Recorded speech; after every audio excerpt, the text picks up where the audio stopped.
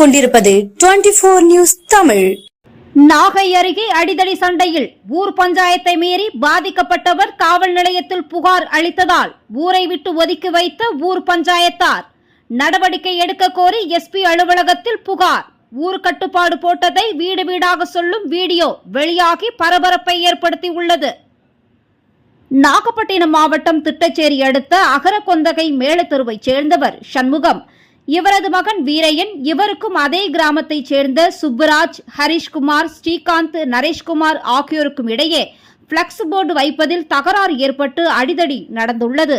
இதனையடுத்து சுப்புராஜ் ஊரில் புகார் கொடுத்துள்ளார். இந்த சண்டை குறித்து ஊர் கிராமத்தினர் முன்னிலையில் இரு தரப்பையும் அழைத்து பஞ்சாயத்து பேசி வீரையனுக்கு 10,000 ரூபாயும் மற்ற 4 இளைஞர்களுக்கும் சேர்த்து 10,000 ரூபாய் அபராதம் விதித்து பிரச்சனை பேசி முடிக்கப்பட்டதாக கூறப்படுகிறது.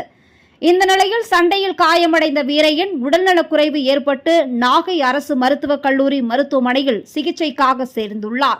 மருத்துவமனையில் சிகிச்சையில் இருந்ததால் திட்டச்சேரி போலீசார் புகார் பெற்று இரு தரப்பையும் காவல் நிலையம் அழைத்து விசாரணை செய்து சமரசம் செய்து அனுப்பி வைத்ததாகவும் கூறப்படுகிறது. இந்த நிலையில் ஊர் பஞ்சாயத்தாரை மீறி வீரையன் காவல் நிலையத்தில் புகார் அளித்து விட்டதாக கூறி வீரையனுக்கு ஏற்கனவே போட்ட அபராதம் 10,000 ரூபாய் கூட சேர்த்து மேலும் 10,000 ரூபாய் அபராதமும், சண்டையில் பைக் உடைந்ததாக கூறி 60,000 கட்ட வேண்டும் எனவும் இந்த பணத்தை கடந்த 1ஆம் தேதிக்குள் கட்ட சொல்லி உத்தரவிட்டுள்ளனர்.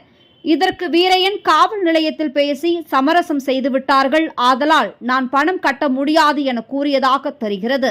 இதனால் பஞ்சாயத்து கூடி வீரையன் குடும்பத்தை ஊரை விட்டு ஒதுக்கி வைப்பதாகவும் அவர் குடும்பத்தோடு யாரும் பேசக்கூடாது, விசேஷத்திற்கு அழைக்கக்கூடாது என்று தீர்மானம் போட்டு வீடு வீடாக அறிவித்துள்ளனர். பஞ்சாயத்தாரர்கள் ஊரை விட்டு விலக்கி வைப்பதை வீடு வீடாக செல்லும் வீடியோவும் தற்போது வெளியாகியுள்ளது. இந்த நிலையில் பாதிக்கப்பட்ட வீரையன் இன்று காவல் கண்காணிப்பாளர் அலுவலகம் வந்து பஞ்சாயத்தை மீறி காவல் நிலையம் சென்றதால் தனது குடும்பத்தை ஊரை விட்டு ஒதுக்கி வைத்துள்ளதாக கூறி எஸ்பி ஹர்ஷிங்கிடம் புகார் மனு அளித்தனர்.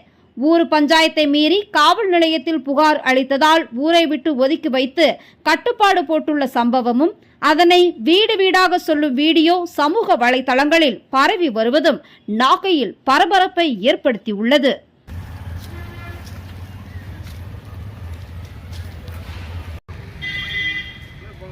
இந்த